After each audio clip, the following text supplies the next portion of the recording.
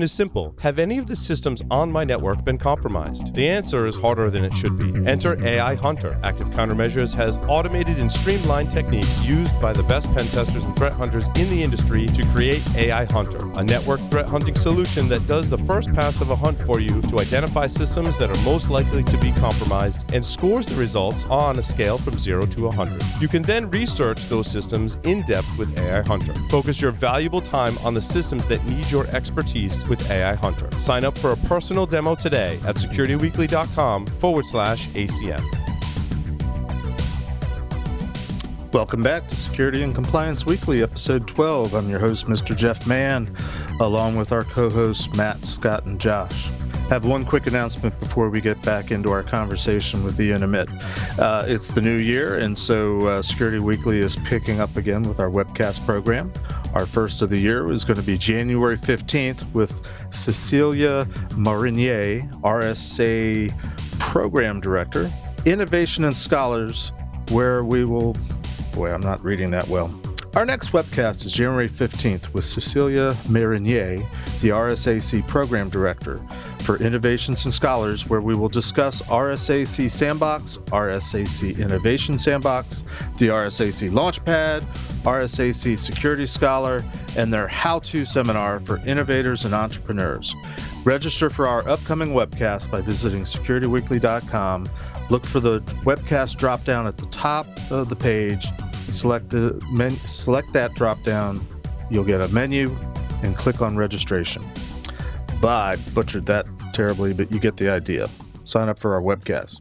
All right, let's get back to it with our discussion with Ian.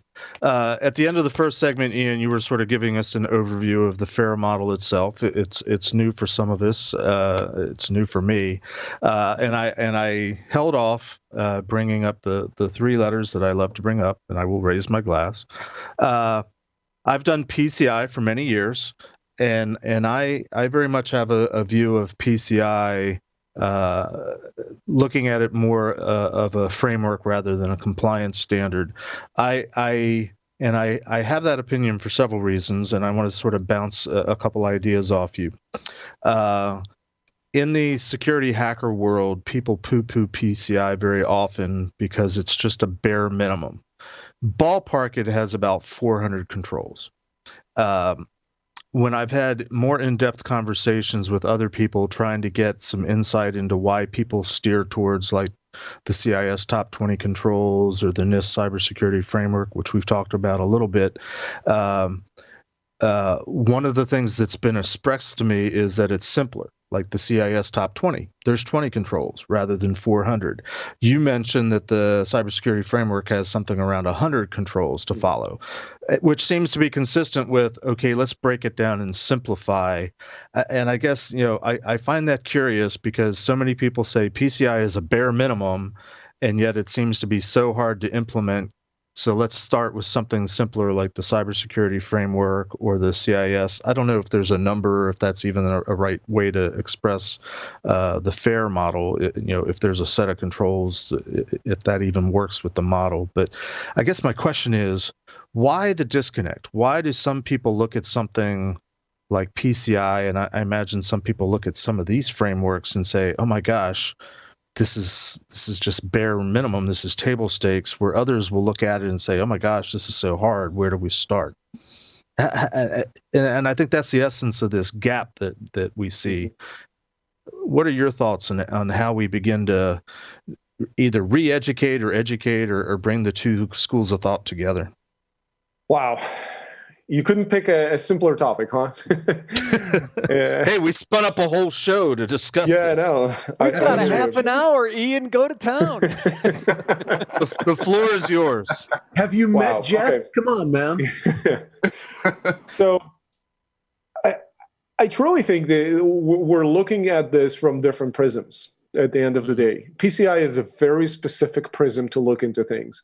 You could argue about the level of depth that it goes into. You can argue about the scope that it covers, but you can't argue about the fact that it looks at things from a very specific perspective. It looks at things from a payment card industry perspective of your payment control system, your payment systems, and how do you process that? For some organizations, that's going to be everything that they do. For others, it might be a minuscule thing in their entire program. And I think that that's what leads to people kind of, poo-pooing PCI and saying, look, this is like 1.5% of what I do.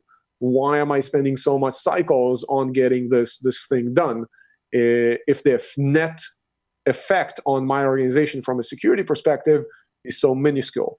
So it's really a matter of what is the perspective that you're taking and what exactly is your business engaged with. If you're taking payments, if you're processing payments, obviously that's going to be, that's going to have varying degrees of applicability to you. If you're not, zero applicability. You can still take the 400 and something controls and try to see if your systems adhere to them, but that's probably not going to be the right way to build a program around your organizational security. Yeah, that's actually where I disagree. Yeah, because I think NIST, is slightly more generalized in terms of defining, the 5 main domains and then breaking them down to subcomponents and subcomponents. So that tries to be a little more general, but again, it's a different way to look at the security maturity of organization. Well, I agree with you in terms of it's a matter of how you're looking at things through a prism or whatever.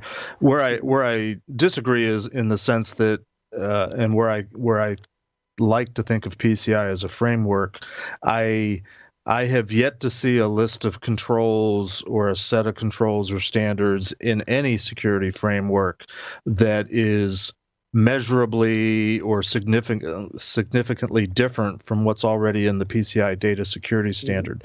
The difference being, don't apply it to a specific set of data, specific set of data or information, which is credit card information or transaction information. Take all those controls and apply it to whatever it is that you're trying to protect.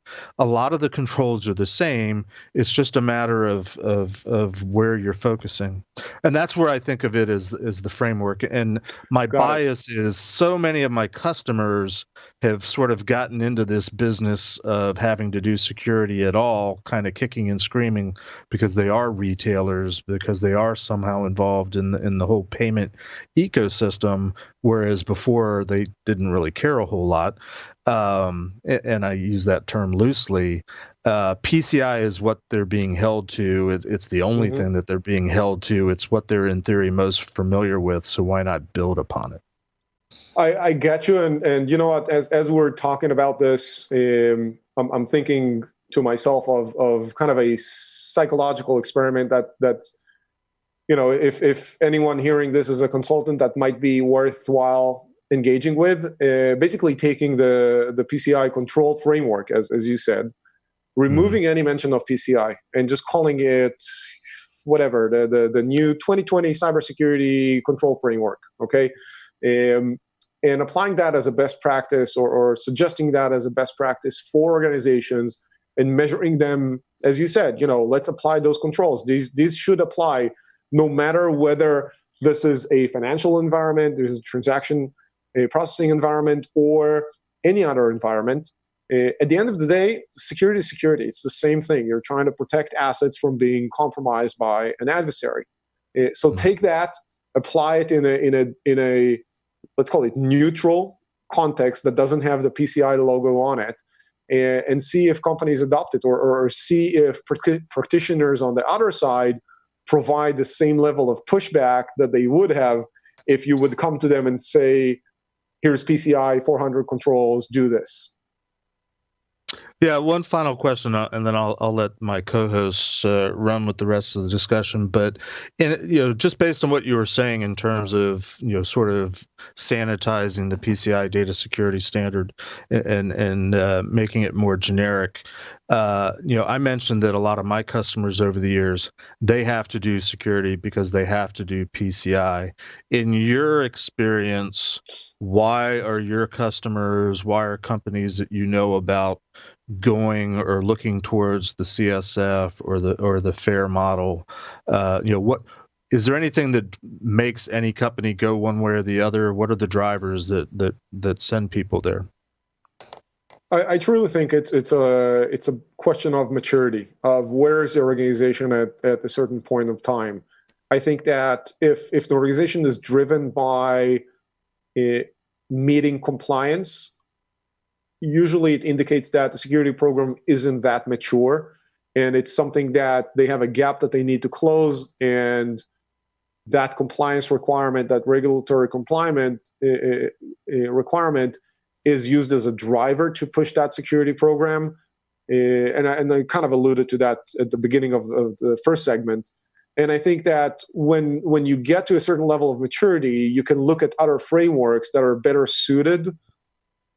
Again, not dissing PCI, but they're better suited to create a more holistic or more advanced security program. So you push more towards like a NIST CSF. And at a certain point, you want to start, you want to keep pushing it forward to a more executive perspective and merge in risk from other elements that are not security specific. And then you get into the more risk-driven security program. So it's really a matter of where do you stand in that spectrum of maturity of both the security program within the organization as well as the organization itself.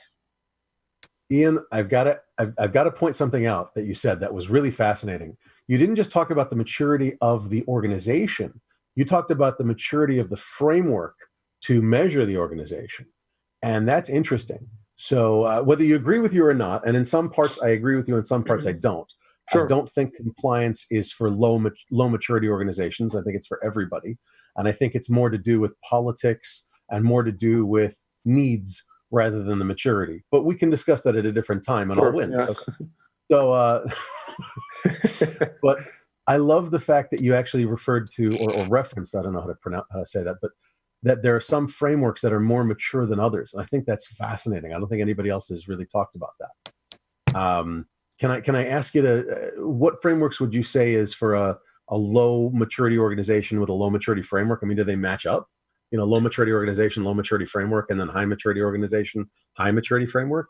How does that work? I'm just curious. I haven't really thought about it. Thought that through. No, I haven't really thought it through. And my kind of gut feeling reaction would be that it really depends on the organization. I mean, I'm sure you'll find high maturity organizations that find it beneficial to actually take or apply low maturity frameworks. And vice versa. It's more contextual, I think, rather than matching maturity levels on both sides. I just thought that was fascinating. I'm sorry. I know that's not really sort of on our notes. Yeah, but not all compliance regimes are going to fit businesses. I agree. Even at the maturity level of the framework, it's not going to be a fit for the business. You can't sit back and prescriptively say that CSF is going to be perfect for every business. No, and I've said it before. Taking a framework as is, as gospel, and trying to just force it into your organization is just wrong. I think that it is our obligations as practitioners to take any framework that is given and fit it into our organization. Every organization is different. It's got different sensitivities, different infrastructure, different way they build things.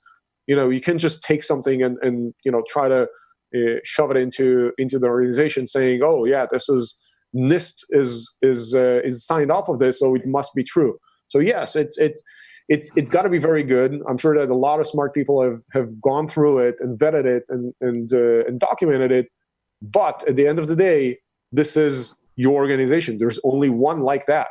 So find a way, and even at Cimpress, we've taken this CSF and we've cut out a few elements out of it because they didn't didn't apply to us. So there's no point of regurgitating or measuring those things that don't apply. When you're that's great, but we've got great examples of this already. Matt first. I mean, we tried to do this in the banking side and the third-party vendor management side for years with the shared assessment program, and it turned into 1,400 plus controls because you couldn't get the top 20 banks to agree on a common set of controls like PCI, which is only 400, right? So the shared assessment program, which is how the banks what they were using as the basis to assess third-party risk, had 1,400 controls in it. I mean, that's just crazy, right? And so to your point, Ian, you can't just take a framework off the shelf like the shared assessment program and say, we're going to implement all 1,400 controls. It's because it depends on the organization. The reason that list was so big is because 20 different banks had to get all of their custom little things in there. So thousands of suppliers. Ian, you said something I wanted to point out real quick, and it's probably encapsulate my biggest beef with NIST, whatever, and it speaks to what you were saying earlier about the organizational maturity. Most of the other compliance standards frameworks that I've seen out there, they're very thorough, they're very comprehensive. I don't fault them for their depth and their detail, but they sort of have built into it the expectation, as you just described, that an organization is going to read through it and cut out what doesn't apply to them. Again, the companies that I deal with primarily, they don't have that maturity. They don't know what they can cut out. And so while it's great, they unfortunately have to rely on a third party, auditor, assessor to come in, and they have to spend a lot of money for someone to tell them what they need to do, simply because they don't have the internal maturity level to make heads or tails of the things and know what matters to them. And it's not just what directly applies in terms of technology, but going back to our earlier discussion and the discussion of risk, they don't know what applies to them based on what their risk posture is.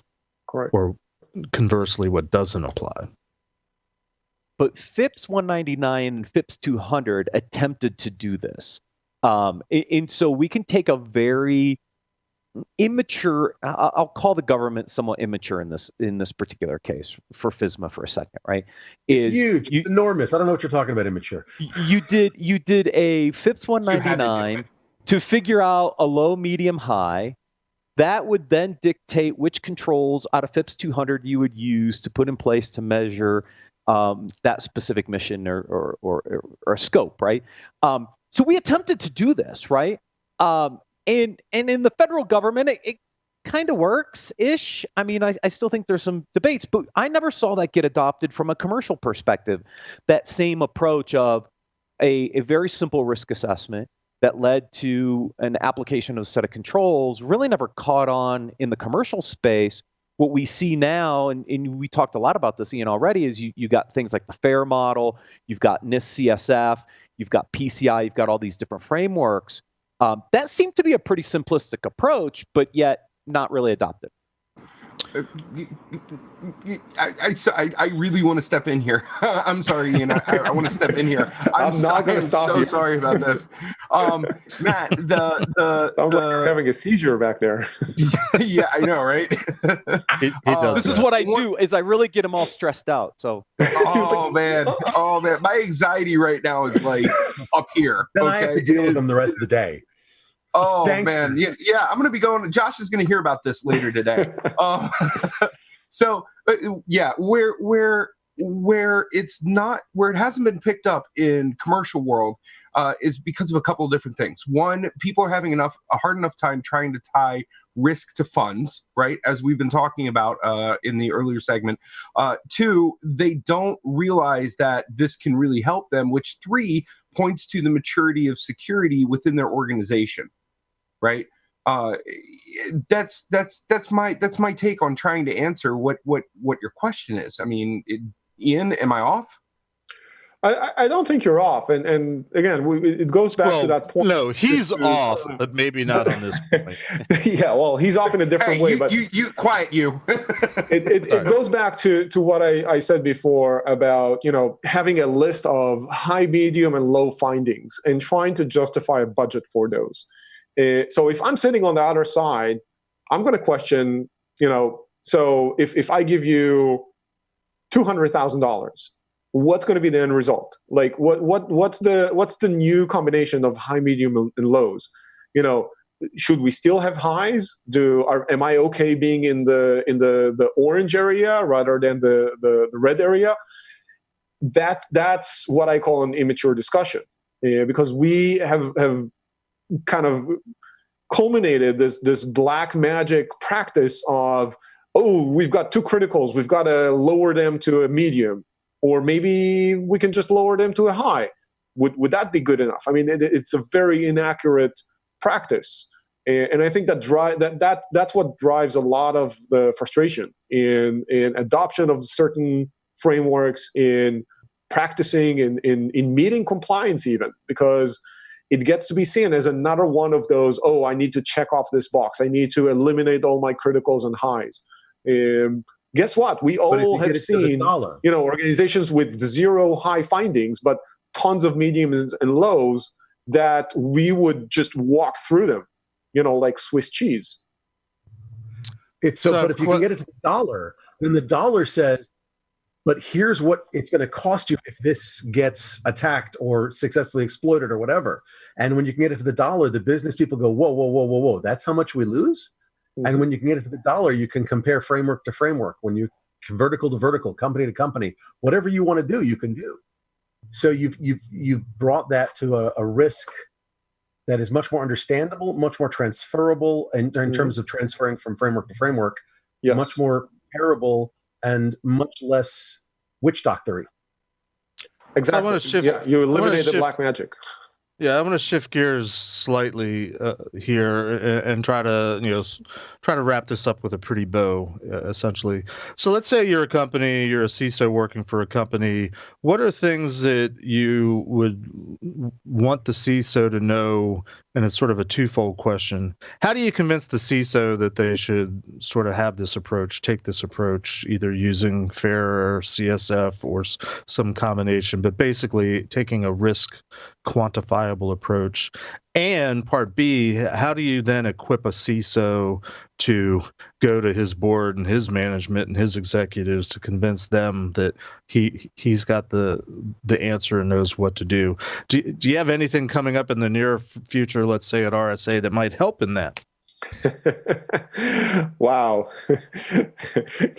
You couldn't pick a cheaper trick than that. So I'll ask it. I'll answer twofold. So the first part is it's up to us. I mean, if you need to pick whatever works for your organization, for your executive management, for your politics inside the organization, you need to identify what language is spoken, and you need to find a framework that helps you get closer to that language. I personally like FAIR. It is not the silver bullet for everything. I like NIST CSF. It is not a silver bullet for everything.